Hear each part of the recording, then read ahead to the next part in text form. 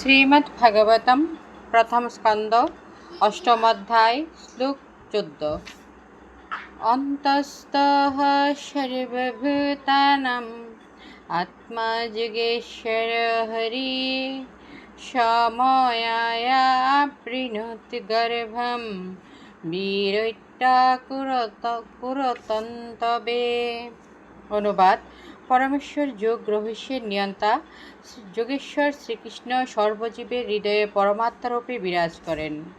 তাই কুরুবংশ রক্ষা করার জন্য তার যুগমায়ার দ্বারা তিনি উত্তরার গর্ভ আবৃত করলেন।